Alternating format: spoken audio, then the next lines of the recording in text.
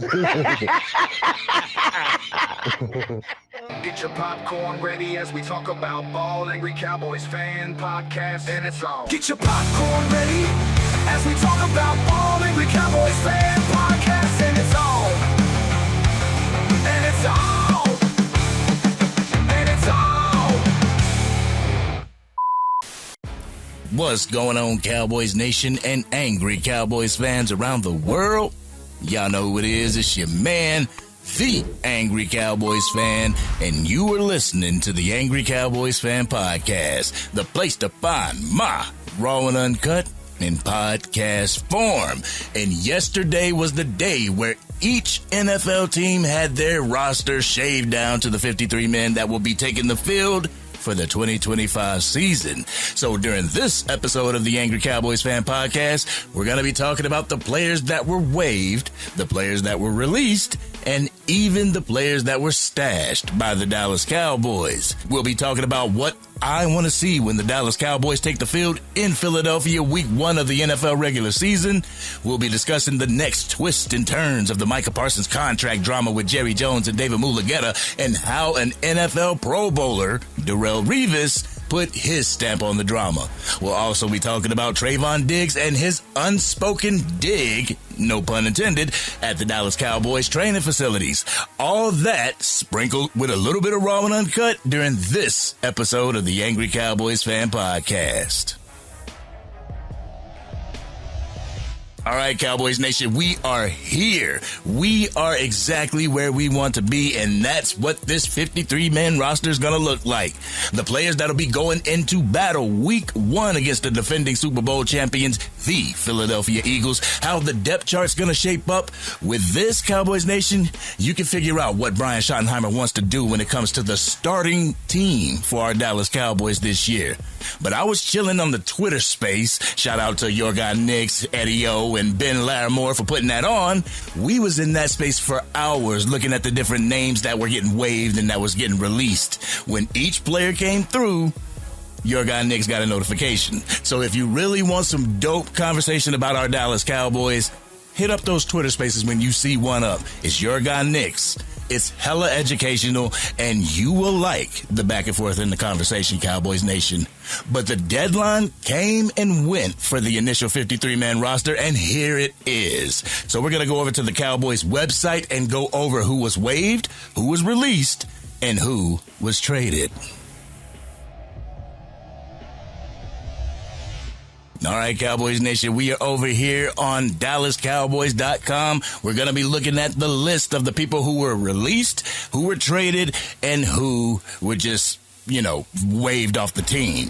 So the first one that was traded was Asim Richards. He was traded to the New Orleans Saints. He was traded for a 2028 6th-round pick, and we traded him and a 2028 7th-round pick to get that 6th-round pick. So, Cowboys Nation, for some reason, we sent a player as well as a pick just to get one pick back. I don't get it, but it is what it is. But the players that were released, there were 13, as you can see. You got Lyle Collins, offensive line. Sadiq Charles, offensive line. Jerron Christian, offensive line. Hakeem Adeniji, offensive line. Israel Mukuamu, that kind of surprised me, Cowboys Nation. Ernest Brown, C.J. Goodwin, mainstay for the Dallas Cowboys. But I want you to take into consideration that they'll circle the wagons. They'll bring C.J. Goodwin back for special teams. We got Michael Ojemudia, Robert Rochelle, Will Greer. Like I said, you're going to circle the wagons again because we only have 2 quarterbacks on the roster right now. You got Keemon Hall, Darius Harris, Buddy Johnson. And the 18 players that were waived, the person that I was banging on the table for, running back Deuce Vaughn. He was waived today, but there's room on the practice squad. Who knows? All right. You got Nick Broker, Denzel Daxon, Tommy Akingbasote, Josh Kelly, Trayshawn Holden, the beast that I was banging on the table for. Damn, Cowboys Nation, I wish they would have kept Trayshawn Holden. He just exemplifies what you want in this damn team. The dog, that hunger, that want, man. I'm getting off track here, but let's go ahead and continue. We got rid of two Jalen's, Jalen Cropper and Jalen Brooks. Preston Fant. John Stevens Jr. We thought John Stevens Jr. was going to be a standout until he got hit with 2 injuries. Rivaldo Fairweather, fan favorite. Tyler Neville, Troy Pride, Mike Smith, and that was the one that got the Sonic rings knocked out of him. But anyway, Elijah Clark, who didn't get the Sonic rings knocked out of him, Justin Barron, Malik Davis, and Tyrus Wheat. Cowboys Nation, one move from the Dallas Cowboys that I thought was pretty interesting was their choice to place Phil Mafah on IR. I mean, it's pretty sneaky for the organization, but it's within the rules, so sneak on, Jerry Jones.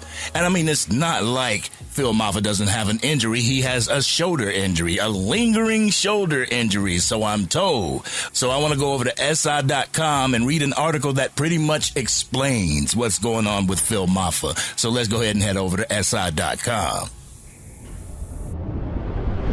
All right, Cowboys Nation, we are over here on SI.com. Says, Cowboys place beloved rookie running back on IR to start 2025 season with catch. I wonder what that catch is, Cowboys Nation. Let's go ahead and scroll down real quick. There you go. Delayed, but not delayed. That would need to be the motto for Dallas Cowboys rookie running back Phil Mafah to start the 2025-26 NFL regular season. According to ESPN's Jeremy Fowler, Mafah will begin the season on the injured reserve list. However, it is with a designation to return. Mafah sat out on Monday's practice as the team ramped up for preparations for Week 1 against the Philadelphia Eagles. Mafah is dealing with a shoulder issue. During the preseason, Mafah recorded 59 yards off of 15 carries with 1 touchdown. During the preseason, despite his limited action, the former Clemson star, y'all see my stuff just bugging out right there, but during the preseason, despite his limited action, the former Clemson star, who was selected in the 7th round of the 2025 NFL Draft, developed a huge fan following.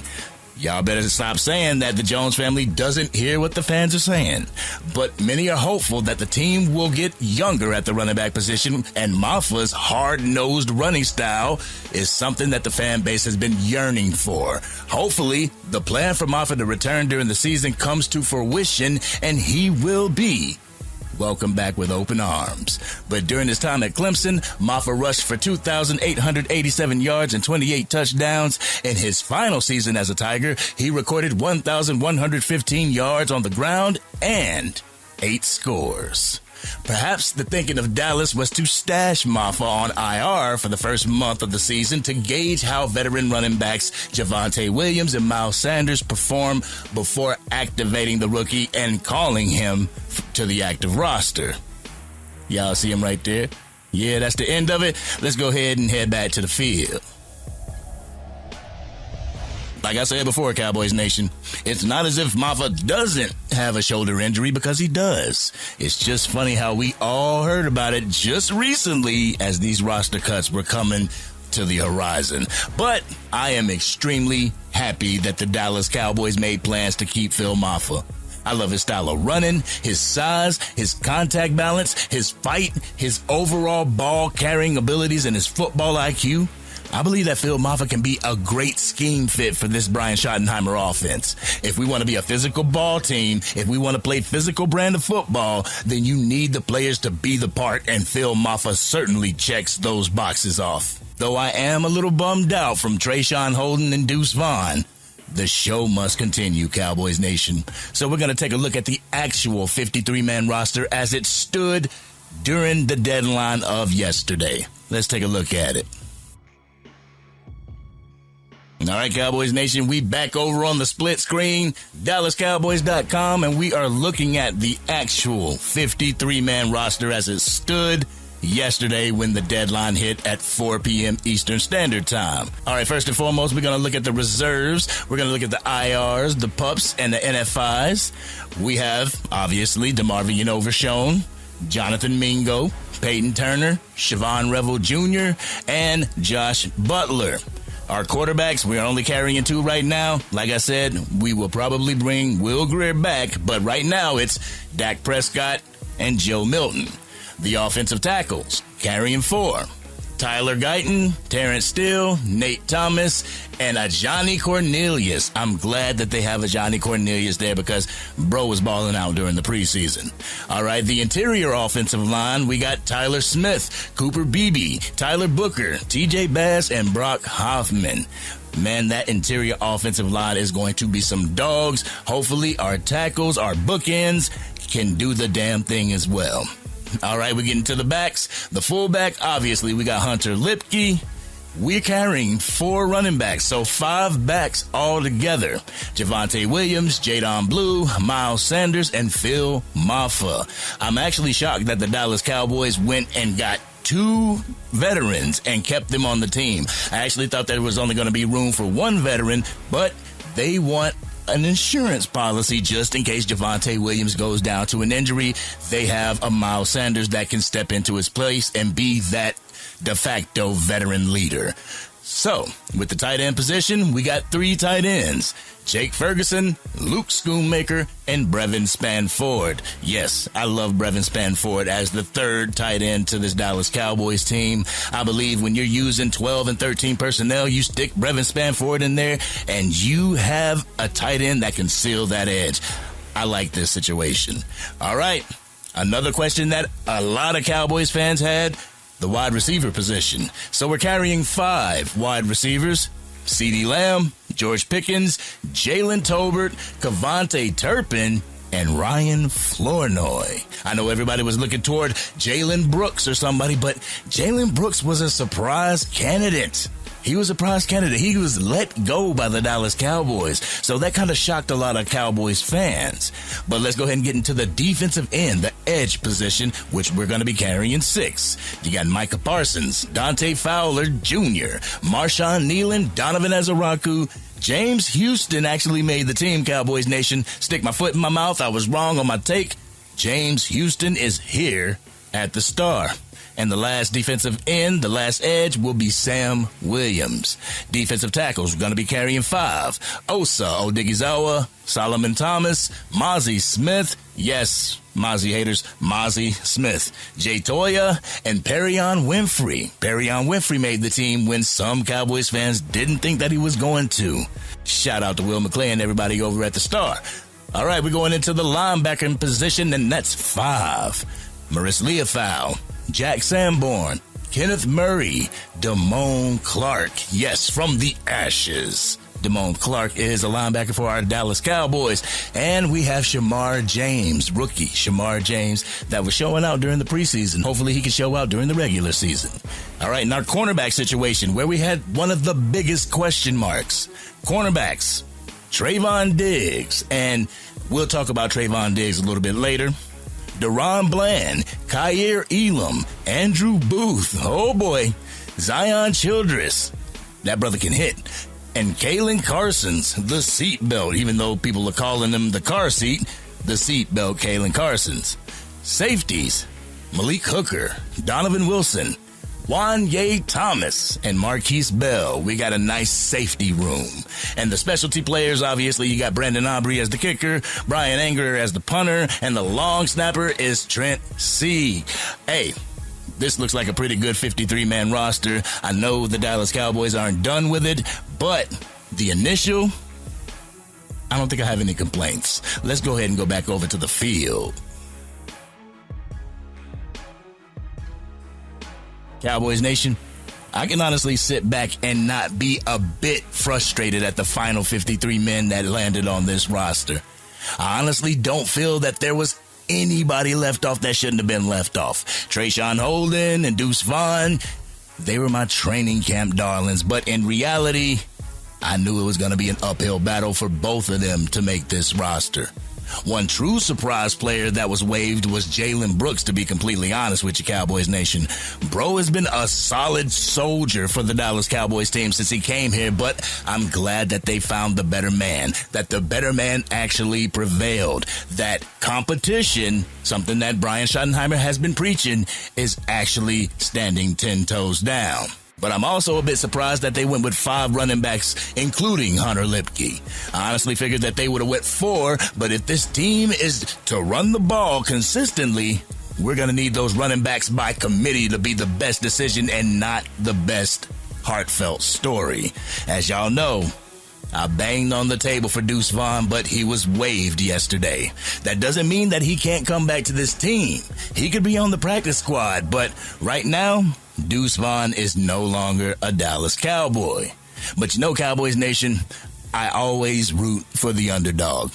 I root for that feel-good story because I want that feel-good story to have a happy ending. This is what I wanted for Deuce Vaughn. To be able to actually get out there on the field and show this organization that he can actually do it. I'm sorry, but you don't get in the rhythm only carrying the ball 5 times in a game. I feel that Deuce Vaughn was drafted and wasted by Jerry Jones and Mike McCarthy. Jerry Jones drafted him for that feel-good moment, and Mike McCarthy didn't know how to use him. I hope he does find himself with some NFL roster because he has a lot to offer an NFL team. But Cowboys Nation, what do you feel about the initial 53-man roster? Would you add a player or would you take a player away? Y'all know how we do. We always talk about it in the comment section. All right, Cowboys Nation. We are currently 8 days away from kickoff of the NFL regular season, where our Dallas Cowboys travel to Lincoln Financial Field in Philadelphia, Pennsylvania, to face the defending Super Bowl champions, the Philadelphia Eagles. Cowboys Nation, I got a feeling that this game is going to be a little messy.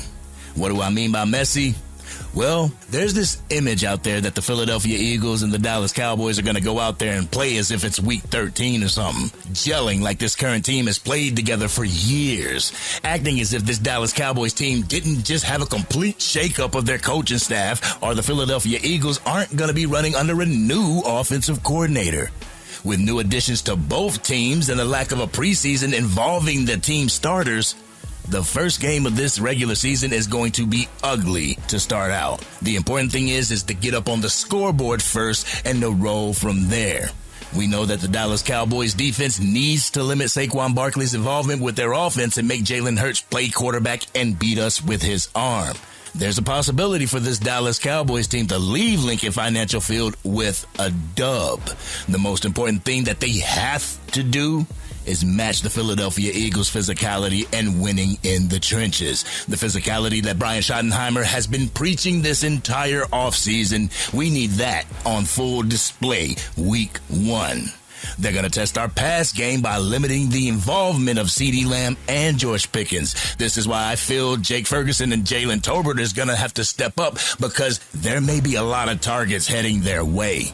You can't bracket and double team every receiver that we have out on that field. The Philadelphia Eagles are going to have to pick their poison. Also, with Kevontae Turpin jumping in there for Jalen Tolbert, the pass game should be on point this year. And I just wish that Dak Prescott and the starting offense would at least played a couple series during the last game of the preseason.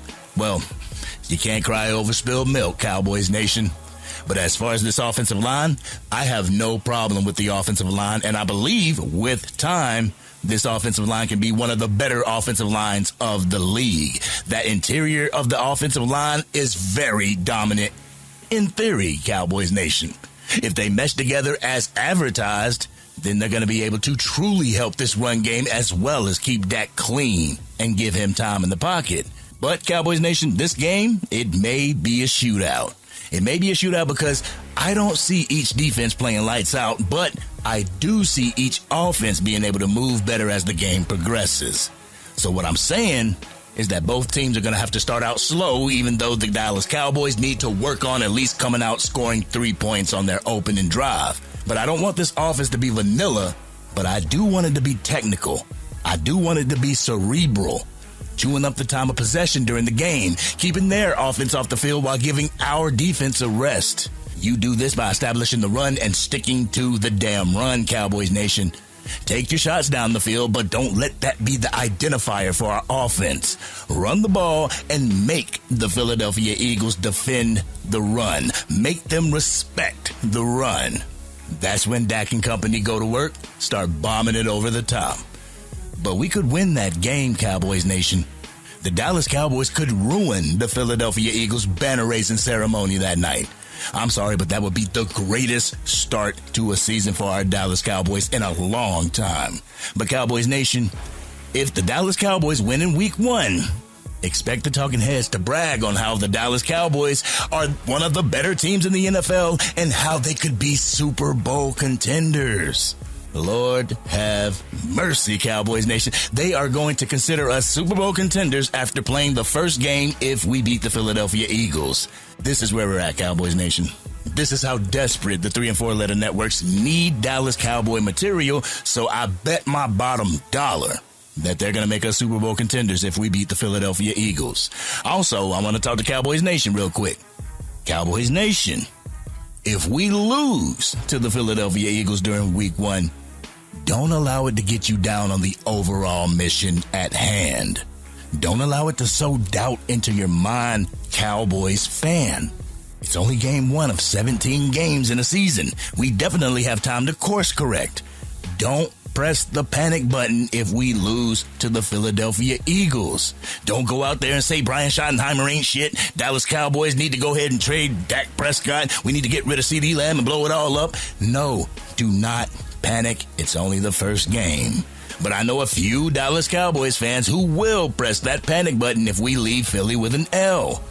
They'll question Brian Schottenheimer's play calling. They'll criticize Dak Prescott and curse the running game out. They'll panic at the defense and say that the defense can't stop the run. They'll act like they just lost the playoff seeding during week 1.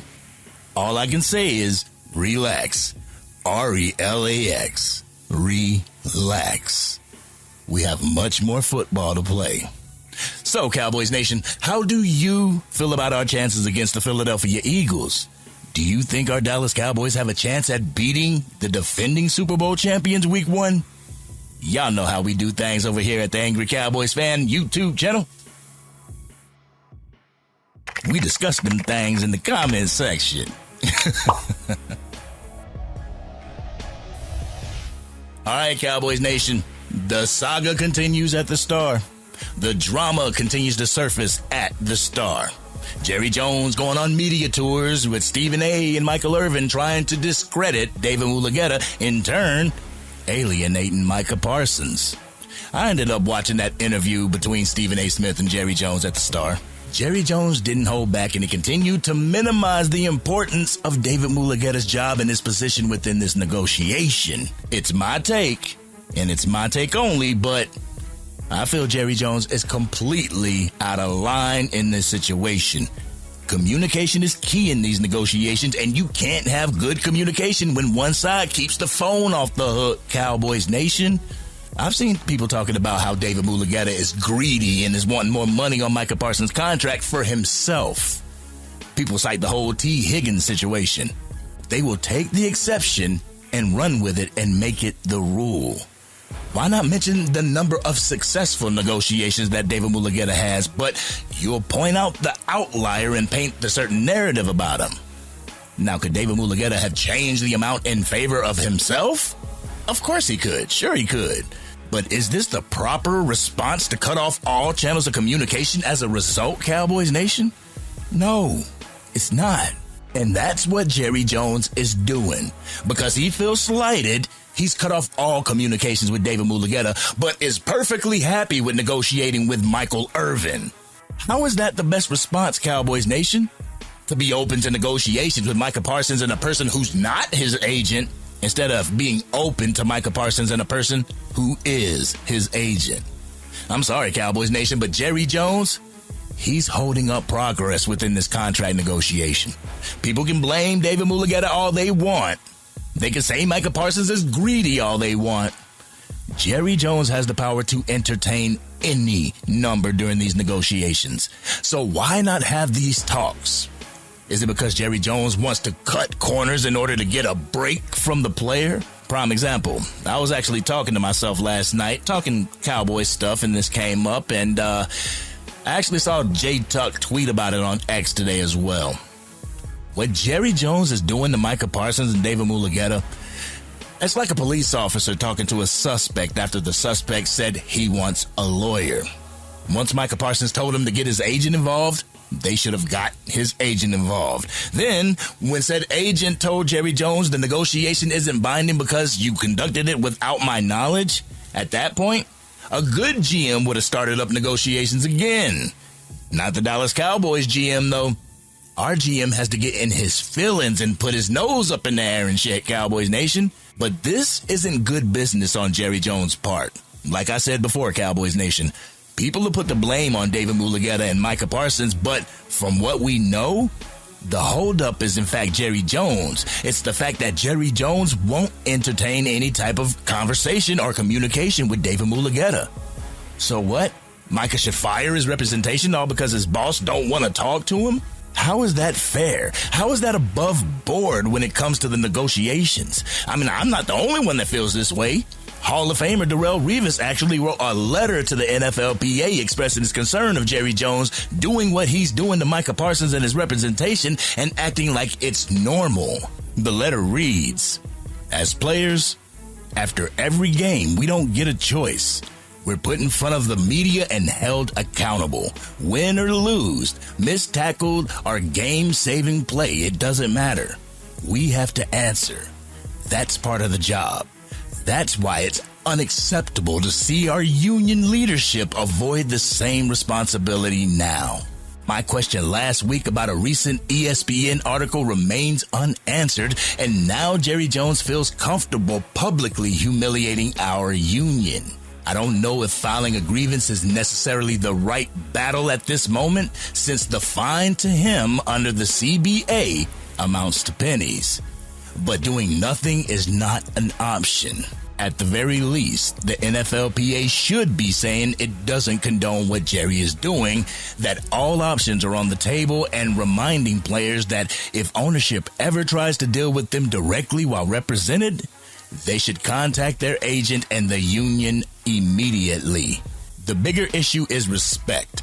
Jerry's actions show that owners have no problem taking advantage of us, and when our union fails to respond, it sends the message that they'll be able to do the same thing in the next CBA negotiations if the current leadership remains in place.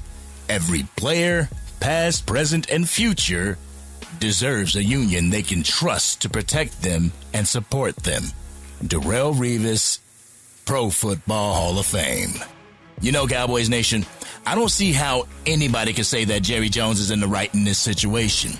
Also, just because I disagree with Jerry Jones a lot of the time doesn't make me love this team any less. I am DC for life.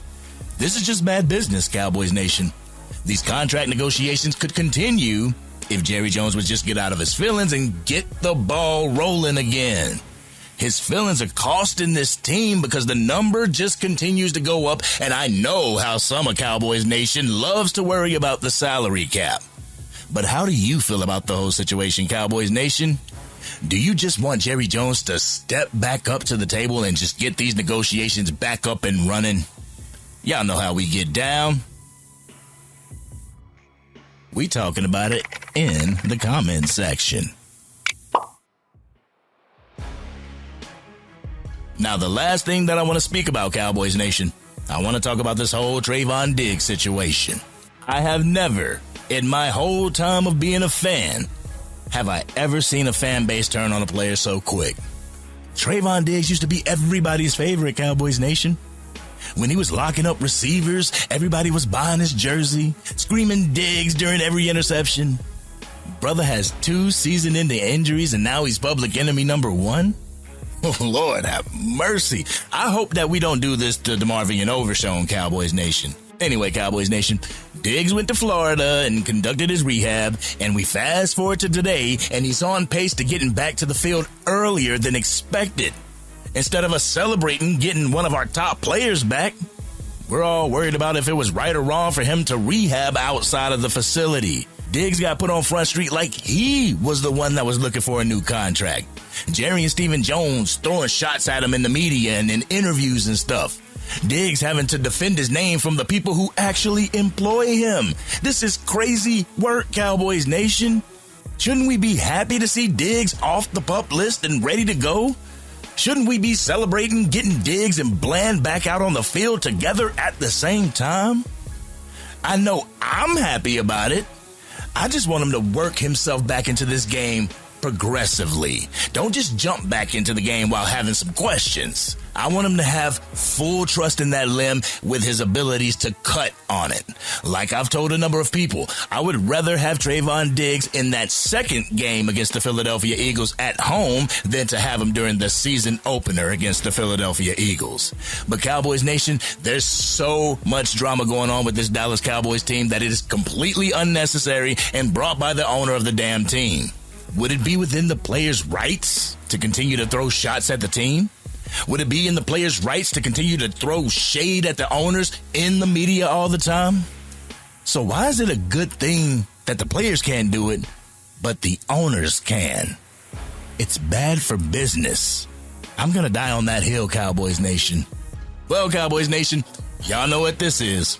It is the end of the episode, and you know what I do at the end of the episode? I actually pick 2 comments from the comment section, and I give them the raw and uncut treatment. The first comment comes from Troy Williams, 5841. The comment reads, "Are you out your mind on that wine we not putting not 4.2 bigger on no practice squad? He better than Deuce. He doing everything Deuce was doing in year 1. I'm sorry, Cowboys Nation, but that comment twisted and turned my head. Oh my goodness, my brain hurts right now. But I want to answer your question. Listen, Deuce is gone. Right now, I've said it earlier in the video, Deuce, he was waived from the team, so you don't have to worry about Deuce taking Jadon Blue's spot. But really, what separated Jadon Blue from Deuce Vaughn? 1 round in the draft. About 4 inches. That's pretty much the only thing that separated them. As far as talent goes, Deuce Vaughn hangs with him. As far as elusiveness, sticking his foot in the ground, and making people miss, Deuce Vaughn, he contends with Jadon Blue. So I just look at Deuce Vaughn as the person that knows the scheme, that knows the team, that knows the ownership, that is comfortable. It's the continuity that we were looking for. Deuce Vaughn had that. He wasn't used by Mike McCarthy correctly, and I believe he suffered from it. So this is why I looked at Deuce Vaughn making this team. But, you had your own thing, and that's cool. I love the reciprocity. I love the back and forth. I love your takes on this whole situation. But I'm sorry I couldn't read your comment better, but it was a little wobbly in there. But thank you for rocking with the channel. Thank you for being DC for life. And, are the Dallas Cowboys going to do good this year? Let me know in the comment section. All right, Cowboys Nation, the second comment comes from DC4L923. The comment reads, "I hate to say it, but our Cowboys are starting out at least 0-3 this season. This season isn't going to be pretty. It's going to be worse than last." DC4L, I was just wondering as I was reading that comment, how could it be worse than last?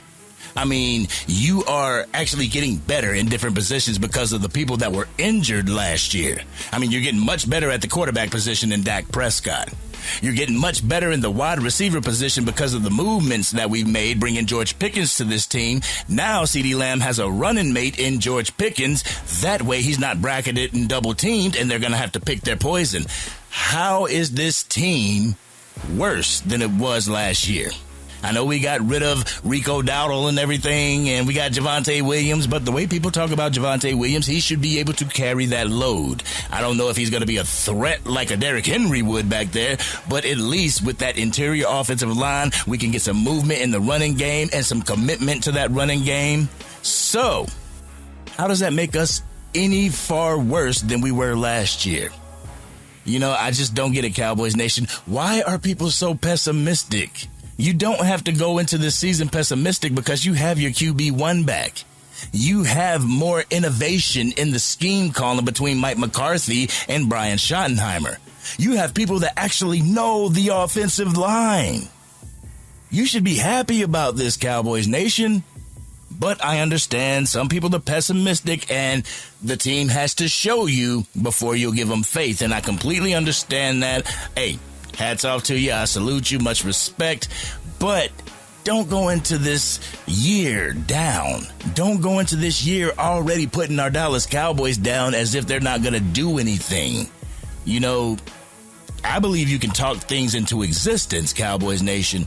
So what I'm going to do is I am going to hope for our Dallas Cowboys. I am going to hope for the best, but I'll expect the worst.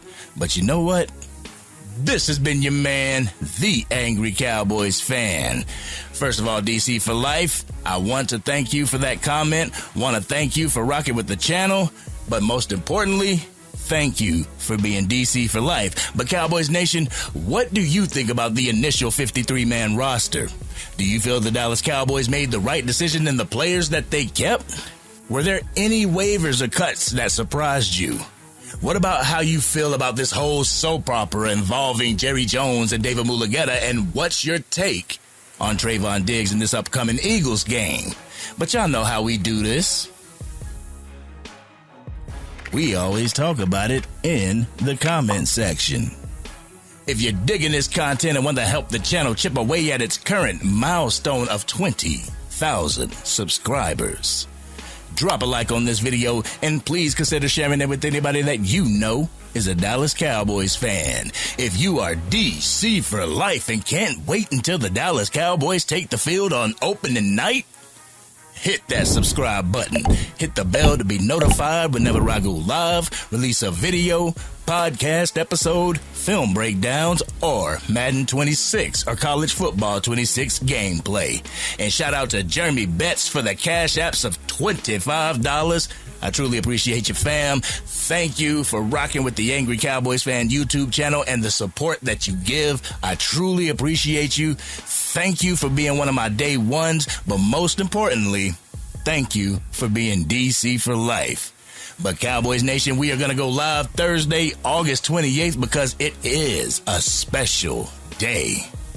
It's your man, the Angry Cowboys fan's birthday. But this has been your man, the Angry Cowboys fan, and I'm out.